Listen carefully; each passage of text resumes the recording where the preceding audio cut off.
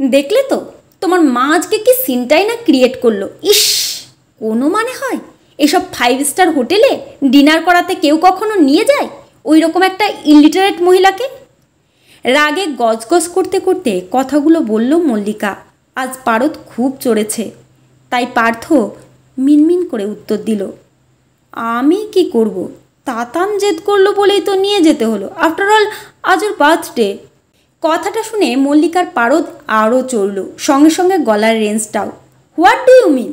এখন যদি জন্মদিনে তোমার ছেলে বলে যে বাবা যাও গিয়ে গঙ্গায় ঝাঁপ দাও, তুমি দিয়ে দেবে? প্রশ্নটা শুনে নীরবতা পালন করা ছাড়া আর কিছুই করার ছিল না পার্থর। তবে মল্লিকা আর নীরব থাকলো না, বলেই চলল, কি করতে যে বাবা মার কথা না শুনে তোমার মতন একটা অজপাড়া গায়ের ছেলেকে বিয়ে করলাম কে জানে। লোকে এমনি এমনি তো বলে না ফ্যামিলি কালচার ক্লাসের কথা, কারণ আছে।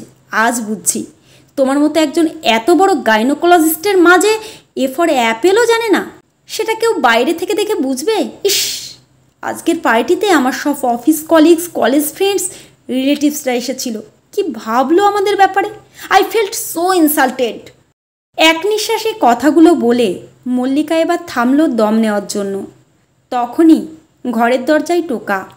ভাঙা গলায় খুব আস্তে সে জিজ্ঞেস করল, বাবু আসবো? এতক্ষণ যার জন্য বাবুকে ফ্যামিলি আর ক্লাস নিয়ে কথা শুনতে হলো, সেই মহিলাকে হঠাৎ চোখের সামনে দেখে বাবুরও মাথায় আগুন জ্বলে উঠল। বেশ দাঁত মুখ খিচিয়েই ডক্টর পার্থ বসু তার মাকে বলে উঠল, এত সব ব্যাপারে ন্যাকামি করো কেন বুঝতে পারি না। চলেই তো এসেছো ঘরের মধ্যে, এখন পারমিশন নেওয়ার কি কোনো মানে আছে? ওহো সরি, তুমি তো আবার পারমিশনের মানে বুঝবে না। বলছি অনুমতি নেওয়ার কি কোনো দরকার আছে? কথাটা শুনে দরজার ওপারে দাঁড়িয়ে থাকা মহিলাটা থতমত খেয়ে গেল। তারপর কোনো মতে কথা সাজিয়ে আমতা আমতা করে বলল, না আসলে প্রেশারের ওষুধটা শেষ হয়ে গেছে, 2 দিন হলো। তুই কি একটু এনে দিতে পারবি? পারবো না, কি করবে? অ্যান্ড আই ডোন্ট থিঙ্ক যে তুমি এত সহজে পরলোকে যাবে। আমার লাইফটাকে হেল না করে তো তোমার যাওয়া হচ্ছে না। কথাটা শুনে এবার মল্লিকা বলে উঠল, থাক পার্থ, আমাকে শুনিয়ে আর মাকে শাসন করতে হবে না। যতটা ইনসাল্ট হওয়ার তো হয়েই গেছে ওনাকে পার্টিতে নিয়ে গিয়ে। এখন বাড়িতে এসে এই সিন ক্রিয়েট আর পোষাচ্ছে না। এরপর আর মল্লিকা ওই ঘরেই থাকলো না। খাটের উপর রাখা বালিশটা তুলে পাশের ঘরে শুতে যাওয়ার জন্য পা বাড়ালো। পার্থ বুঝল এটা ওর পানিশমেন্ট। এখন এই ঝামেলা, অন্য ঘরে শোয়া, দরকার ছাড়া কথা না বলা চলবে প্রায় 7 দিন। ব্যাপারটা ভেবেই আবার ছড়ানো ছেটানো রাগ এসে জমা হলো দরজার ওপারে দাঁড়িয়ে থাকা মায়ের উপর। সব তোমার জন্য হলো, তুমি বোঝো না? তুমি আমাদের সোসাইটিতে মেশার মতন মানুষ না। আমি বললাম আর তুমি নাচতে নাচতে চলে গেলে হ্যাংলার মতন। তুমি তো তাতানকে মিথ্যে বলতে পারতে যে তোমার শরীর খারাপ, তাহলেই তাতান আর জেদ করতো না। কিন্তু না, সব সময় আমাকে সব জায়গায় লজ্জা দিতেই হবে। জাস্ট কিছু বলার নেই। কোনো পজ না দিয়ে কথাগুলো বলা শেষ করেই ধাম করে পার্থ মায়ের মুখের উপর দরজাটা দিয়ে দিল। মলিনা দেবীর হঠাৎ চারিদিকটা ঝাপসা হয়ে এলো। চোখে বড্ড জল জমেছে। সত্যিই কি উনি হ্যাংলা? জন্মদিনে নাতির মুখের উপর না বলতে পারিনি, মিথ্যে কথা সাজিয়ে গুছিয়ে বলতে পারিনি, তাই উনি হ্যাংলা? প্রশ্নগুলো বারবার মনে ভিড় করতে থাকলো। আর চোখে ভেসে উঠল পার্টিতে আসা লোকগুলোর হাসি হাসি মুখ। সবাই হাসছিল ওনাকে দেখে, মজা নিচ্ছিল একজন গাইয়ার। আসলে সেই দিন পার্টিতে সব কন্টিনেন্টাল ডিশ হয়েছিল। পাস্তা, পিৎজা, নুডলস, মেক্সিকান কারি, পনির পাসিন্দা, এইসব। সেসব খাবার চোখে দেখা তো দূরে থাক, নামও শোনেননি কখনো মলিনা দেবী। তাই বৌমা যখন তার হাই ক্লাস সোসাইটির ফ্রেন্ডসদের সঙ্গে হাই হ্যালো করছিল, তখন মলিনা দেবী সবার সামনেই বৌমাকে প্রশ্ন করে ফেলেন, বৌমা বলছিলাম কি বেগুন ভাজা, সোনামুগের ডাল, ছেঁচড়া এইসব কিছু হয়নি? ওই শুয়োপোকার মতো ওইগুলো টেবিলে কি সাজানো আছে? ওইগুলো লোকে খেতে পারে নাকি? ব্যাস, কথাটা শুনেই মল্লিকার মুখ লাল লজ্জায়। আশেপাশে সবাই যেন লাফটার শো দেখার মতো হো হো করে হেসে উঠল। পাশে দাঁড়িয়ে থাকা একজন মহিলা হাসি মুখেই বলে উঠল, aunty are you out of your mind? আপনি কি বলছেন এইসব? মলিনা দেবী বোকার মতো মুখ করে আর একটা প্রশ্ন করে ফেলল, আংটি? মা, তুমি আমাকে আংটি বলে কেন ডাকছো? আমি তো তোমার মাসিমা হই। কথাটা শেষ হতেই মল্লিকা সবার সামনেই চিৎকার করে উঠল, আপনি থামবেন মা, জাস্ট স্টপ ইট প্লিজ। কিন্তু ততক্ষণে যা হবার তা হয়ে গেছে। পুরো পার্টিতে ইনভাইটেড গেস্টরা তখন মুখ টিপে টিপে হেসে মজা লুটছে। মল্লিকার মাসি তো আবার ওকে সরাসরি বলেই ফেলল, leave it Mallika, we understand, তোর হাজব্যান্ড জুয়েল হলেও ফ্যামিলিটাকে ভালো চুজ করতে পারিসনি। মিনিমাম সেন্সও কাজ করে না ভদ্রমহিলা, একে নিয়ে এইসব জায়গায় আসাটা তোদের উচিত হয়নি একদম। সেই দিন কথাটা যেন তীরের মতো এসে বিঁধেছিল মল্লিকাকে। আর তার রেস্ট চলেছিল 7 দিন। পার্থর সঙ্গে কথা বন্ধ, বাড়িতে রান্না বন্ধ, আর শাশুড়িমাকে চোখের সামনে দেখলেই তেলে বেগুনে জ্বলে ওঠা। শেষের উপসর্গটা এই 7 দিন পার্থরও হয়েছে। মাই কদিন যতবারই কথা বলতে এসেছে, পার্থ মুখ ঝামটা ছাড়া আর কিছুই ফিরিয়ে দিতে পারেনি। এই যেমন সেদিন বাড়ির কাজের লোক আসেনি, মল্লিকা রাগের ঠেলায় সকাল সকাল অফিস বেরিয়ে গেছে, লাঞ্চ করবে ক্যান্টিনে, কিন্তু পার্থ তো কখনো না খেয়ে বেরোয় না। তাই মলিনা দেবী নিজেই চলে গিয়েছিল রান্নাঘরে। হাতে তেল মেখে এঁচড় কেটেছিল। ছেলেবেলায় ছেলেটার এঁচড়ের ডালনা খুব পছন্দ ছিল। যখনই রান্না করতো ওকে এসে জড়িয়ে ধরতো খুশিতে। এইসব ভেবেই ডাইনিং টেবিলে পার্থর জন্য এঁচড়ের ডালনা সাজিয়েছিল বাটিতে। কিন্তু আজকের দিনটা একটু আলাদা হলো। পার্থ এলো, নির্বিকার মুখে খেলো, তারপর হাত ধুয়ে উঠে গেল। মলিনা দেবী কিছুতেই বুঝতে পারল না তাহলে কি রান্নাটা খারাপ হয়েছে, নুন ঝাল ঠিক আছে তো। এইসব ভাবনার ভিড়েই আনমনে প্রশ্নটা করে ফেলল, এঁচড়ের ডালনাটা ঠিক ছিল রে? পার্থ কথাটা শুনে ভুরু কুঁচকে বলল, মানে ভুল থাকবে কেন? মলিনা দেবী থমথমে মুখে বলল, না আসলে তুই তো কিছু বললি না তাই। পার্থ তখন বেশ ঝাঁঝিয়ে উত্তর দিল, কাজগুলো করো কি নাম কেনার জন্য? কি ভাবলে এইসব রান্না করে খাওয়ালেই সেই দিনের ইনসাল্টটা ভুলে যাব? তোমার জন্য মল্লিকার সাথে আমার সম্পর্কতে এত ঝামেলা, 7 দিন ধরে আমরা কথা বলছি না, সেই সব এই এঁচড়ের ডালনা খেয়ে ভুলে যাব? মলিনা দেবী এইসবের পর কি বলবে বুঝতে পারছিলেন না। সত্যি এরপর কিছু বলার থাকে না, শুধু চোখ দুটো আবার ঝাপসা হয়ে যাচ্ছে। অনেক চেষ্টা করেও চোখ দুটোকে রুক্ষ শুষ্ক রাখতে পারছে না। সেটা দেখে পার্থ গলার রেঞ্জটা আরও বাড়িয়ে বলল, মা প্লিজ এই মেলোড্রামাটা বন্ধ করো, এসব ন্যাকামি আর সহ্য হচ্ছে না। না, মলিনা দেবী এই কথাটারও কোনো উত্তর দেয়নি, কারণ সামনে যে দাঁড়িয়ে এইসব কথা বলছে তাকে উনি চেনেন না। এই পার্থ একদম অচেনা। ওনার নিজের ছেলে আজ অনেক দূরের লোক, যাকে দূর থেকে দেখা যায় কিন্তু সে ধরাছোঁয়ার বাইরে। এইসবের পর 7 দিন কেটে গেছে। আজ 21শে ফেব্রুয়ারি, ভাষা দিবস। তাতানের স্কুলে আজ প্রোগ্রাম আছে। বাংলা ভাষা আমাদের বাঙালিদের কাছে কতটা গুরুত্বপূর্ণ সেটা নিয়েই বক্তব্য রাখা হবে। বাচ্চা বাচ্চা ছেলেমেয়েদের কাছে বাংলা ভাষা কি সেটা নিয়ে একটা আলোচনাও হবে। আর কিছু স্টুডেন্টস স্পিচ দেবে মাতৃভাষা সম্পর্কে, তার মধ্যে তাতানও একজন। ক্লাসে ফার্স্ট হয় বলে স্কুল ওর নামটা সবার আগে সিলেক্ট করেছে। এখন ওর ক্লাস 8, কিন্তু সবাই ওর রেজাল্ট দেখে বুঝে গেছে এই ছেলে ভবিষ্যতে ডাক্তারি হবে বাবার মতন। এত সেন্স অফ হিউমার, নলেজ এই বয়সে অনেকের মধ্যেই দেখা যায় না। গাড়িতে বসে বসে মল্লিকা এইসব কথাই ভাবছিল, আর মুখটা গর্বের হাসিতে ভরে উঠছিল মাঝে মাঝে। ফাংশনটা দুপুর 12টা থেকে শুরু, ওরা তাই একটু আগেই বেরিয়েছে। তাতান এত এত লোকের সামনে স্পিচ দেবে আজ।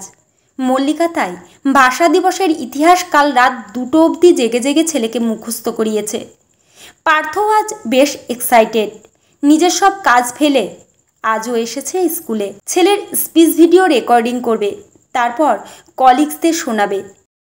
এইসব ভাবনার ভিড়েই ওদের গাড়িটা স্কুলের সামনে এসে থামলো। অডিটোরিয়ামের ফার্স্ট রোতেই ওদের সিটটা রিজার্ভ করা ছিল।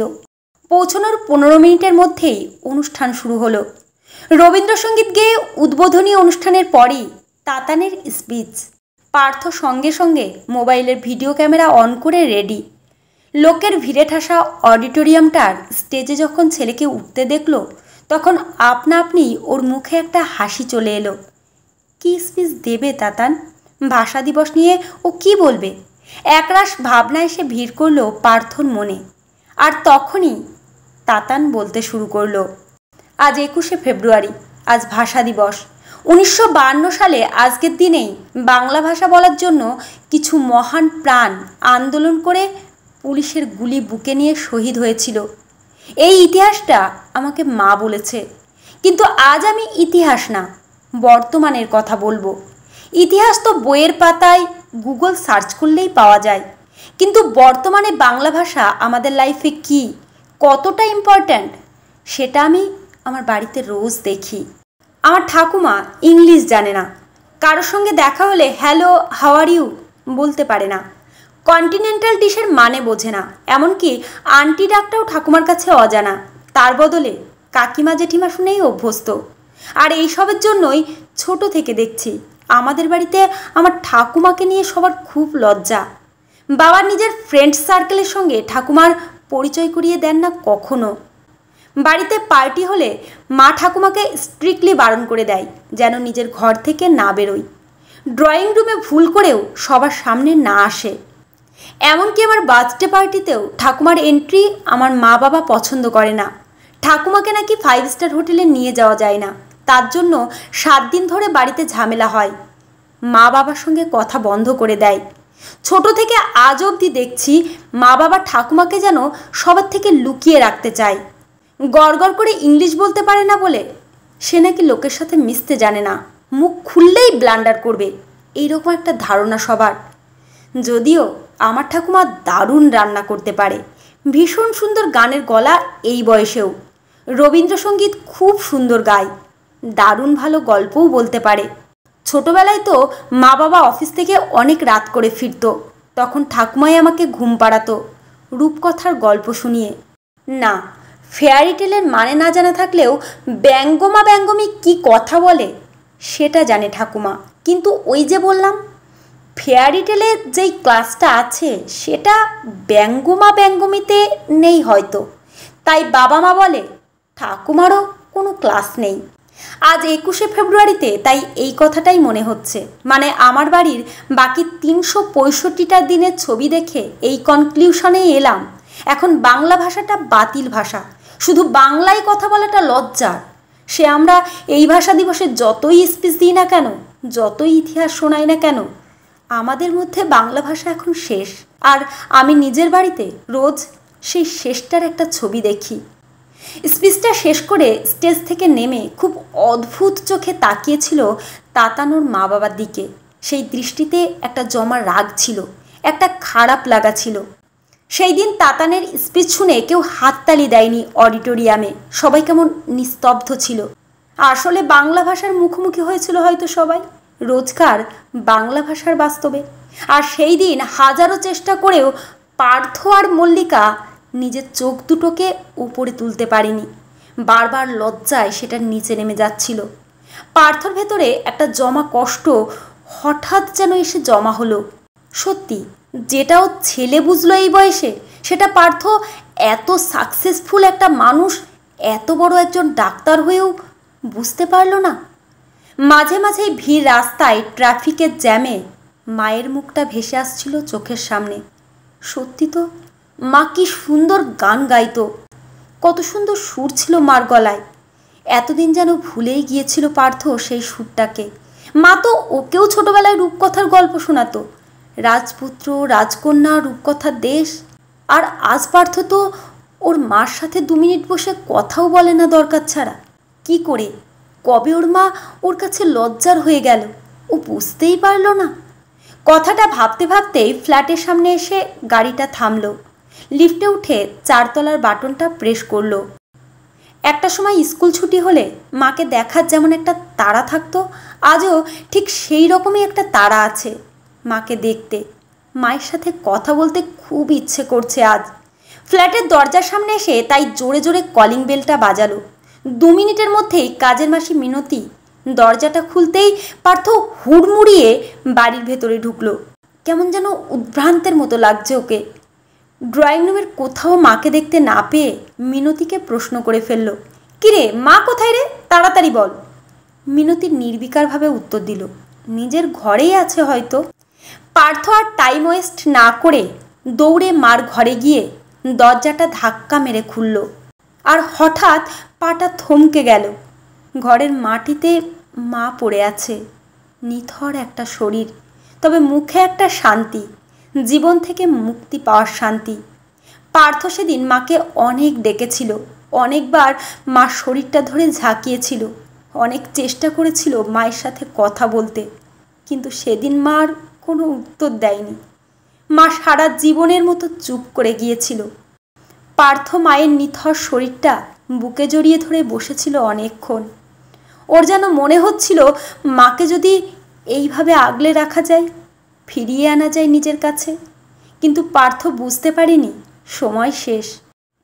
কিছুক্ষণ বাদে যখন মল্লিকা আর তাতান ঘরের নিস্তব্ধতা ভেঙে ভেতরে ঢুকল, তখন ওর সম্বিত ফিরল। মায়ের ঠান্ডা শরীরটা ওকে বুঝিয়ে দিল হঠাৎ যে সব শেষ।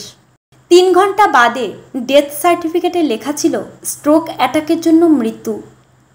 পার্থর রিপোর্টটা চোখ বুলিয়ে যেন পাটা টাল খেয়ে গেল। 2 সপ্তাহ আগে তাতানের জন্মদিনের দিন রাত্রিবেলা মা ওর ঘরে এসেছিল প্রেশারের ওষুধের কথা বলতে, আর ও মুখের উপর দরজাটা বন্ধ করে দিয়েছিল। তারপর তো ও ওষুধের কথাটা ভুলেই গিয়েছিল। আর বেশ কিছুদিন ধরেই তো মায়ের হাই প্রেশারের প্রবলেমটা চলছিল, তার জন্যই স্ট্রোক হলো না তো হঠাৎ? তাহলে কি ওর জন্যই ওর মা মারা গেল?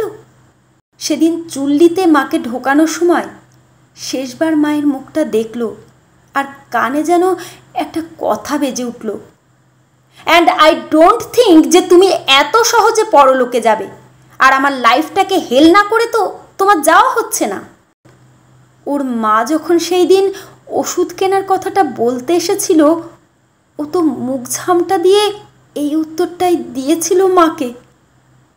আজ যেন চুল্লির আগুনে পুড়ে মা তার প্রত্যুত্তরটা দিয়ে গেল।